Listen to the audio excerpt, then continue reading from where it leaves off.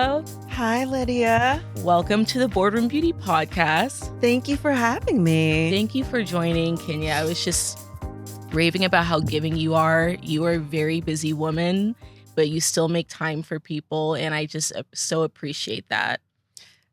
Listen, everyone's busy, but everyone also makes time for the things that they want to make time for, the things that are important, right? Yeah. And this for sure, when you called about this, I was like, this is something that I cannot miss. Well, we are so excited to have you here. We're all about, representation and leadership in the industry. And I'll tell you a personal story. I remember it was like 2020. And I was a couple years into my role at Google. And I remember seeing that digital cover of Essence where there was you. Oh my gosh. Susan Akkad. Yes, Kara. Like so many. Oh my gosh, the goat. Titans. Yes. Goats, Titans. And I remember that was the first time of me knowing who you were and just seeing you in that position, you amongst so many others. I was just like, wow, it clicked for me at that moment. That's where I want to be. And so I just want to let you know that because it's so full circle.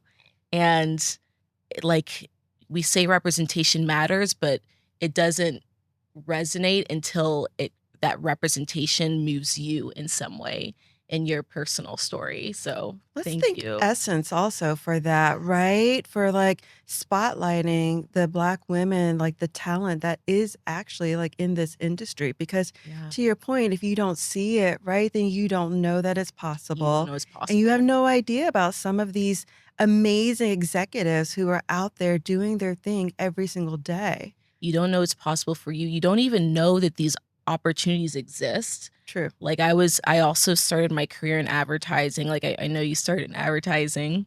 Your teeth are so white. Oh my gosh. gosh. Isn't she gorgeous?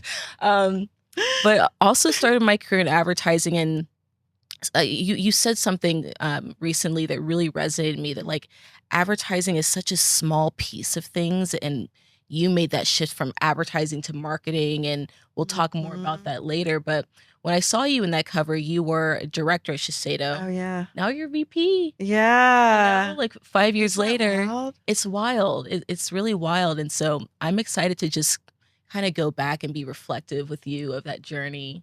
But tell me, okay, so I've gotten a lot of exposure to you recently, but I want my audience to know more about who is Kenya, your origin story. Where are you from? Goodness. I grew up in North Carolina. Yes, Yeah. me too. Yeah. Which I'm so appreciative of the childhood and the experiences that I had growing up, in Winston-Salem. And I mean, I will say I think my childhood was very unique because over the years, I hear about other people, you meet, so many people and get to know people and they talk about, their childhoods and you're like, well, mine was a little bit different than that, but okay. I mean, I will say as a child, I, a few things. First of all, was somewhat of a loner. In my household, it was really me and my dad. You know this already. My mom passed away when I was 9. So, Right. so for me, it was me and my dad. Wow. And my dad is a man of few words. And he was always busy. He was working. So for me, I had to constantly be figuring out how to keep myself entertained. So I would be reading books. I was creative. I was constantly drawing, writing, making things. Again, fast forward, I was that person who designed their own prom dress. Stop. Yeah, I know. Designed your own prom dress? Slay. Bought the fabric, went out, and found someone who could So you made like the pattern. Wow. Everything. Well, because again, I was that person where I was like, again, in Winston-Salem, limited options for shopping. Yeah. I refused to have someone else wear the exact same dress. You want it to be unique. I love that. Of course. And there wasn't anything that I saw that really fit the vision. Oh my gosh. I can just imagine you. We have so many things in common. Like I also was very into fashion design and creative as a kid. And when you're in North Carolina, the industries are more focused around healthcare and finance And at that time, tobacco. yes, Yeah. tobacco. And so when you're more creative and in the arts, like there are kind of limited avenues and channels. And so I think similar to me, like you thought, well, if I'm going to be successful, I need to go to college and like study something serious. So like, what did you do in school? Right. So, yeah, that is interesting because for me, when I was in high school preparing to go to college, at that time, I also, again, was not aware Yeah. of all the different options and Options, yeah. majors and careers that existed in the world out there. I knew what How I could you know? knew. Yeah. I knew what I had access to Yeah. within my community, within within my immediate family. Right. And my cousin, she was a pharmacist. She went to the University of North Carolina at Chapel Hill. Mhm. And, for me, she was one of the people who I looked up to. Mhm. And I said, you know what? I want to follow in her footsteps. I'm going to be a pharmacist too. And so when I actually wrote that in my essays. Because remember, think back, you had to, in your in your application, you had to say what you were going to major in, what you wanted to do, and all of that stuff. At like 17 years old, Exactly. playing out your entire life at Your 17. whole life, were expected to somehow know how Yeah. it's all going to work out in the Yeah. real world. No. So fast forward, first week, I'm at UNC and you're going through all these orientations and they're explaining, okay, you want it to be, pharmacy. So you're going to need to sign up for, all of these like math classes, all of these science classes. And I was thinking, uh-oh. In my head, I was like, Oh, wait a this minute. is There's a disconnect probably here. not going to work out well for me because I knew my strengths and I knew the things that I was very good at. The courses and the things that came very easy to me when I was in high school. I did well in math and science, but it was not the easiest. Yeah. So it didn't take long. It was literally within that first week that I was like, yeah, week one, I changed the major. Wow. Yeah. Well, at least you weren't in year 3. True. No, it would major. not have lasted that long. I wouldn't have made it that far. And so then what did you change your major to? So interestingly, I didn't change it to advertising right away. Somehow I knew like, oh wow, there's this school of journalism and it had such a great reputation. Oh yeah. And I was like, UNC okay. School of Journalism is like iconic. Yes. At first I thought, oh, well, I want to be a journalist, like a writer. So I wrote for the student newspaper, the Daily Tar Heel. That's so funny. And that lasted for, I guess, maybe a semester or so. And I realized like, this is not really exactly what I want to do. When you're when you're a journalist, you are working under a tight deadline. You're given your beat. You don't have a lot of say over it. Right. And so like the creativity you were seeking probably just wasn't there. True. Yeah. Exactly. From UNC, I know at some point you went and got your MBA. And now you're full-time executive. What did those steps look like in getting from undergrad to the decision to go to business school? Because that's a whole nother conversation. The MBA discussion in 2025 is like, do you need it? Do you not need it? Is it worth it? Is it not worth it? Like everyone's trying to weigh that. And now being at a VP level at a global leading brand, for you, what was that moment that you realized that beauty was it? It actually started when I was in advertising. Yeah. Yeah, absolutely. When you're at a big ad agency, there's a number of accounts. You don't really have a say, right, in terms of the account that you're assigned to, because when you're hired to where there's a need, right? And you I just also want to started focus. at an ad agency. Yes. Exactly. All of our It's like, I'm on parallels. that account, but I'm on this account. Right. How is it that, I'm selling like tires. computer I was technology. on like the Cooper Tires account at some point, and I was like, oh, I want to be on this account over here. Right. Yeah. But what's interesting though? I worked on a number of different accounts throughout, the time I was in advertising and across multiple industries. I have to say there is something about, being forced to learn about so many different industries. It's It true. just broadens your perspective of just business in general and just Yeah. a lot of things happening around you and in the world. And in the different ways you tell a story Yes. and the different ways that customers respond to that story. Well, that's the other thing too, because yes, there are so many different industries, but there's still, very central ways that tie across all of those industries to influence people. At the end of the day, it's like there's a The playbook, emotional, the yep, the emotional emotional connection. connection. Yeah. Doesn't matter if you're trying to sell dog food or, software, computer software. At the end of the day, like you still need to make that connection to the individual. Yeah. You still have to make that connection to the individual. But I feel like there's something about beauty that's so deeply personal in the way you tell the story. And similar to you, working in advertising and across a portfolio of brands that weren't necessarily the brands that I wanted to be working on, I noticed a difference in the way that stories were being told in the beauty industry. And I feel like you noticed that too. Oh, absolutely. Just the deeply personable way in which you have to connect with the customer, and also the way that you tell that story evolves so much more quickly and in a more complex way and more thoughtful way over time that doesn't necessarily happen in other spaces. Well, here's the thing about beauty, and I mean, I think this is something that has never changed. When a consumer purchases a beauty product, whether it is skincare or makeup, yes, Mhm. makeup often, has that ability to immediately transform. Mhm. You are basically giving that consumer something that's transforming the way that they feel about About themselves. themselves, yeah. And this is just human nature.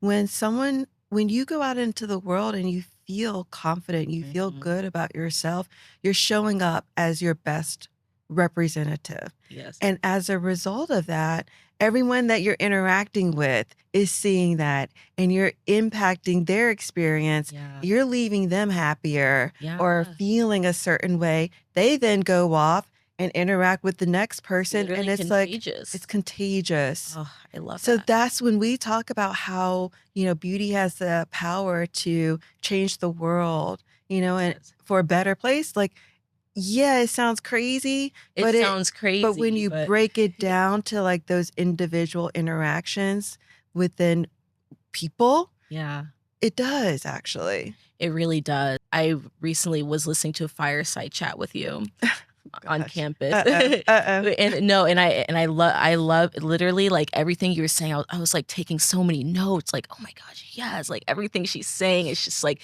resonating so deeply with me. And you talked about kind of the transformation of the industry that like I have a personal story with too. You talked about how like, growing up in Winston-Salem, for the longest time, like your access to beauty was like the Avon ladies, the Mary Kay ladies. Mm-hmm. My mom was a Mary Kay lady whenever my parent. Nuh-uh. Yeah, yeah. So, my mom's Spelman undergrad, Wake Forest MBA, but whenever my parents got divorced, she was like, I need a career that allows me to kind of be in the house with my three kids, Right. but also, go out and build community and like empower us. And she had her pink Cadillac. Like my mom was. She got to that level? Yeah, my mom was. I mean, she's an MBA too. Like she understood business. She understood people, and it's just so funny how like historically the industry has gotten more competitive. There are more people in it. Like there's a reason behind that. There's a reason why we've gone from like Avon day, and my great grandmother used to sell Avon, gone from like Avon. Grandmother too. Yeah, I know. Like, Avon, Mary Kay days, and now you've got like Rhode launching in Sephora. Like there's a reason why we keep seeing that evolution and that love for, again, a category that's discretionary. Like right. if you look at it at the end of the day, it's like It's not critical, right? it's not It's critical. not really an essential. I mean, I would argue it's essential, but certain products for sure. certain products feel essential, but like even in like economic downturns, you still see the industry moving forward. And so I guess for you, like, in your opinion, in a seat that you are seeing, I mean, you're at a VP level, you are seeing, a full kind of scope of the industry. Yeah. And, there are rumblings of recession, and maybe we're already in it. I don't know. But in your Oh, we're in opinion, something. we're in something. There's something going on here.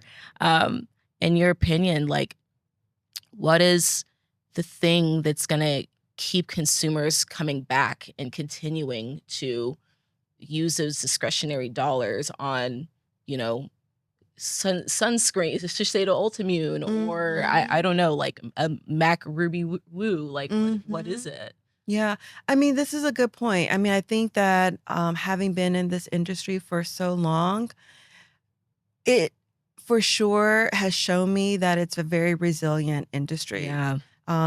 While this is a moment, I have to say, I haven't seen it quite like this before. Mm-hmm. I have no doubt that there's going to be a turnaround. I think what we're seeing right now is a number of elements, right? Because yes, there's everything that's kind of happening from a macroeconomic standpoint, and with, all of the uncertainty and all of the fears about price increases, and everyone is like being very cautious Yeah. about what's in their wallets and how they're gonna be able to pay their bills, actually, most importantly, and put food on the table, right? Going to purchase for fun new makeup, kind of falls to the bottom, of that list of things that they're thinking about, right? Yeah. But what we do know is there are certain, products that people do see value in, and they are products, I'm going to say, that are proven, that have the performance, and are actually meeting the needs that consumers are looking for. Yeah. And those brands that are able to, deliver on proven performance, they're going to continue. They're going to bounce back. Yeah. That's what I believe is going to happen. I believe it too. Yeah. And it's inevitable. It's inevitable. Yeah. It's inevitable. And I think here's another thing that is characteristic of the industry and consumers over the past number of years. We've had this tendency to overconsume. Yes. Right? We stockpile. Yeah. We buy a bunch of things, and we're also in a period right now where people are like, I have 20 lipsticks. Okay, I think I'm okay for right now. Where can I find more performance? Right, exactly. Exactly. So there's, they're taking a pause because of that. But at a certain point, reevaluating like what actually works. They're going through everything, and that's why, certain products and certain brands, they do this and then they do this and then they never bounce back because, again, you may have gotten someone once, with your messaging and whatever it was that pulled them in to purchase that initial time. But if the performance isn't there, the replenishment isn't gonna be there. It's so true. And I'm sorry, I got us off track of like your career, story. That was probably me. No. It was definitely me because we were feeding off of each other because it was like, oh my God, like we have so many similarities, and like I just got like really like down a rabbit hole. But okay, trying to keep it somewhat linear from I know you got into beauty by way of advertising. Yes, after business school. Yeah. Yes. Yeah. You told a really great story about how Which one? I know. It was a really great story about how you found your first job by way of a CEW. Oh, yes. Yeah. Again, it's just kind of one of those things where you can plan and, be working so hard to make things happen. Yeah. But sometimes the way that life works, it just is out of your control. Exactly. And, things sometimes just fall into place. But I'm going to say things fall into place only when you've been putting in the work and the effort. It's not like you can just be like sitting at home in your bed all year and not doing anything. And then all of a sudden, you get an opportunity. It doesn't It's generally like you work have to that way. be ready. What do they say? If you stay ready, you don't have to get ready. You don't have to get ready. I Exactly. think. But Something like that, right? Yeah. No, again, I was second year in business school and laser focused. Anyone who remembers me from that time knows that I was only entertaining opportunities within the beauty industry. Which, okay, same.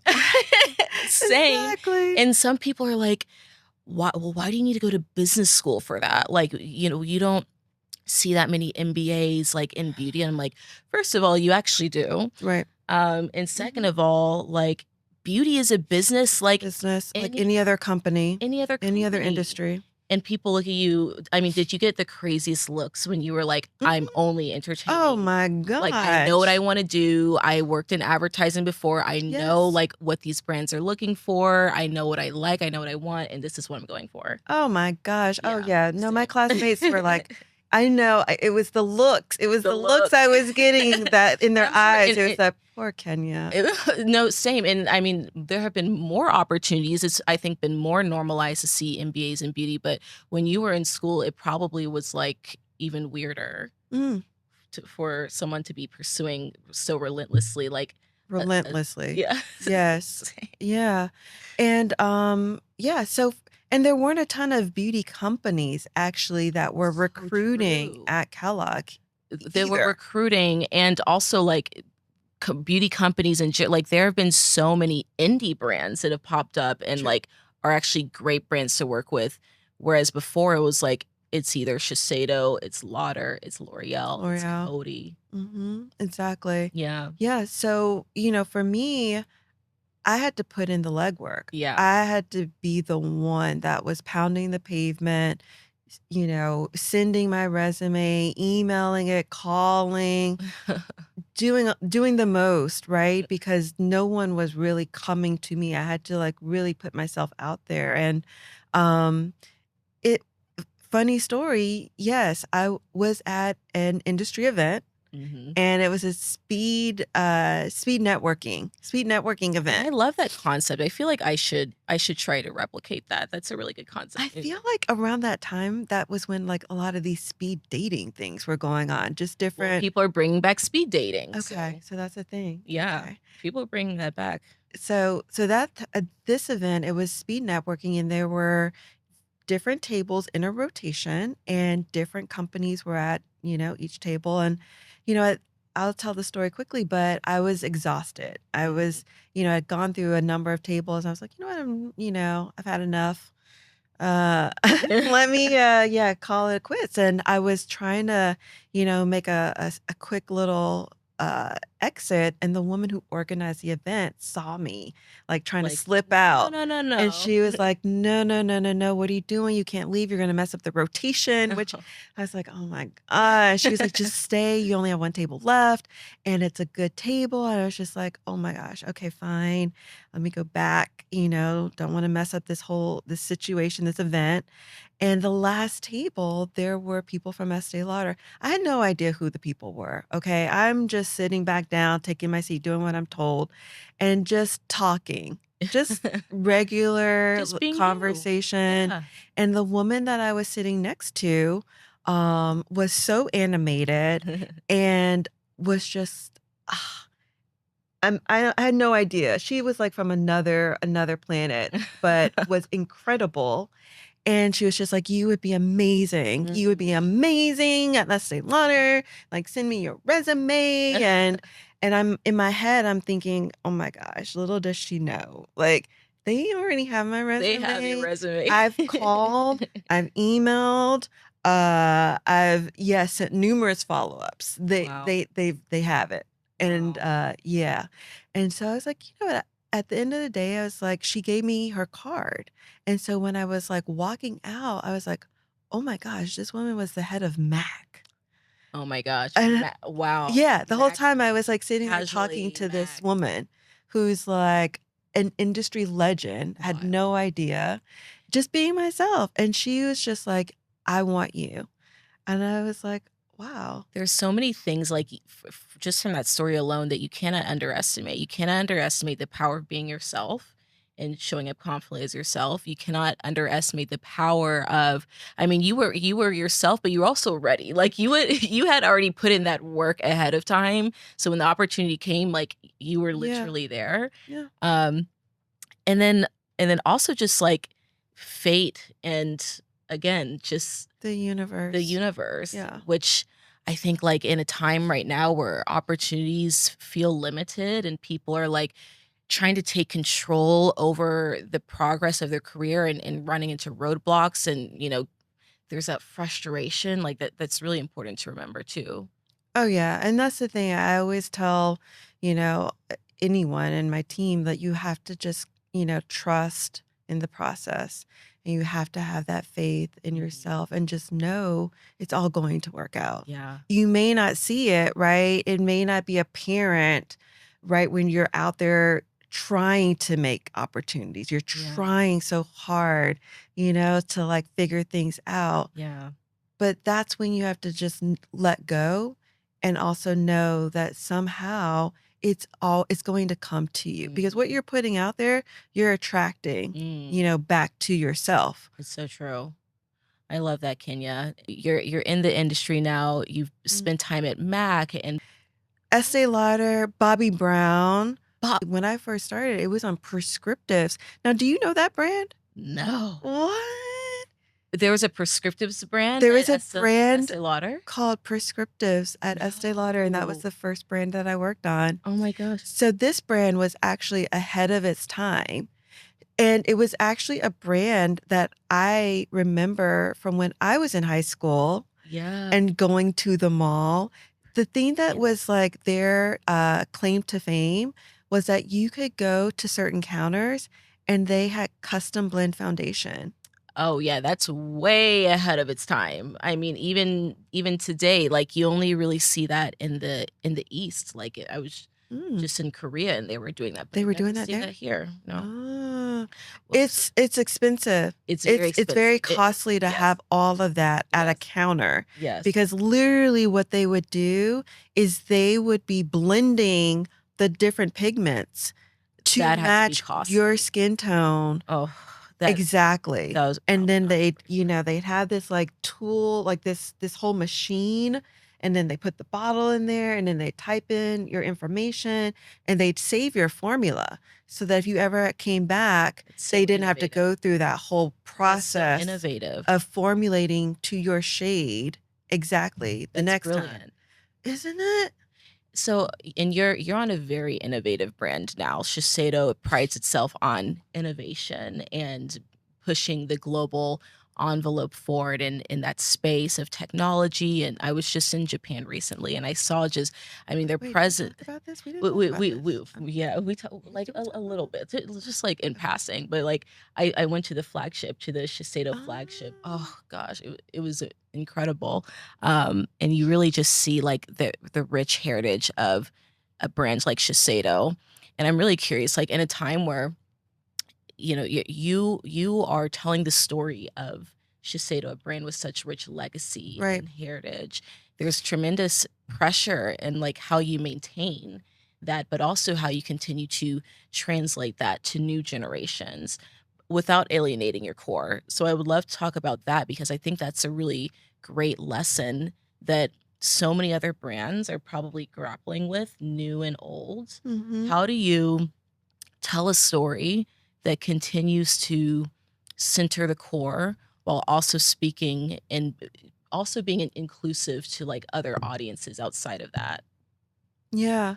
I mean, I think, you know, there is something that brands that have been around for over 100 years have in common. Mhm. And I think central to that is quality, Mm. right? You think about brands like Burberry and the way that they talk about how Yes. their coats are made, right? There's like this whole Timeless. history of, how the coats were actually used by soldiers, Oh, right? wow. How did I not know that? But I can see it. Yeah, of I can course, totally to see it. protect them, like, during all of the elements and the conditions of Yeah. the that they had to endure. Or if you think about, Chanel, right? Like, there's definitely something about well, now that we both know that there's the whole other thing with, like, yes, changing Yes. some of the materials, but Yes. still, at the end of the day, there's a craftsmanship, Yes. and for a brand like Shiseido, that's been, core Mm, to their heritage and to what they've stood for all of this time. mm. And that high quality never goes out of style, No. right? Because at the end of the day, people want something that they can trust. Yes. That, again, going back to performance, right? You want something that is going to actually deliver to your needs. Mm. So, that, I think, when you have that, it's almost kind of like, okay, well, half of the job is done at least, Right. You've right? got a great product that You people have a trust. great Yeah, the product product and there. there's a reputation Yeah. that it's high quality. Yes. So you just have to make sure you're protecting that. That's important. That is important because if you damage that, then again, that's how companies go out of business. Mm. When you walk away from that quality. Yeah. So then to answer your question, it's the relevance. How do you continue to evolve and make your brand feel very fresh? Yeah. And I think, for that, it's figuring out who are going to be those new voices, right? And That how are do you do going to that? pick up your brand and then, be the ones who are continuing to champion it and keep it out there and top of mind. And I feel like that's so exciting, ushering in that new generation of voice that's going to, again, maintain, Yes. speak to the quality, the performance, and again, like the translation through that third party voice, because we know coming from the brand is just like people are over that. Yeah. Kenya, I love just how curious you are about people. I love how you truly center them in all the work you do in your brand leadership at Shiseido.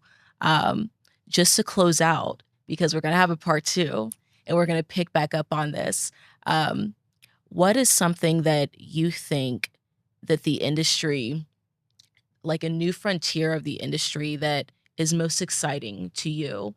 I know in the past you mentioned the fact that people are living longer. Oh, There's this opportunity for catering to an aging audience that has so yeah.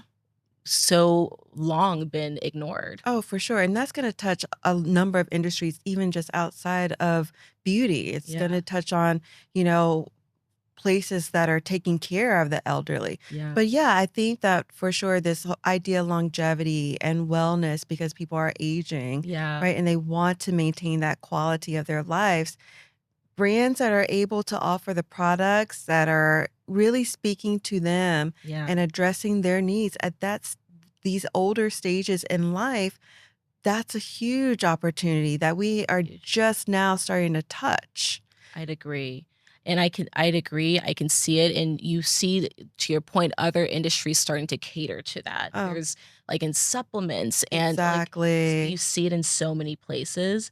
And I did see your work recently in collaboration with Forbes, the Ageless Summit. Yes. And I would love to dig deeper into that because I just thought it was the coolest thing ever. So innovative, so future looking. And I would love to unpack that in our part 2 episode. Oh, yeah. Let's do that. That is a lot. There's a lot there that's exciting. And it was an incredible event. So we should definitely have time to dive into that. Yes, I so enjoyed learning more about you, Kenya, and your career. There's so much more to unpack. And so we will revisit this. But thank you for joining. Thank you. This was so much fun. I can't wait to do it again. Yes, me too.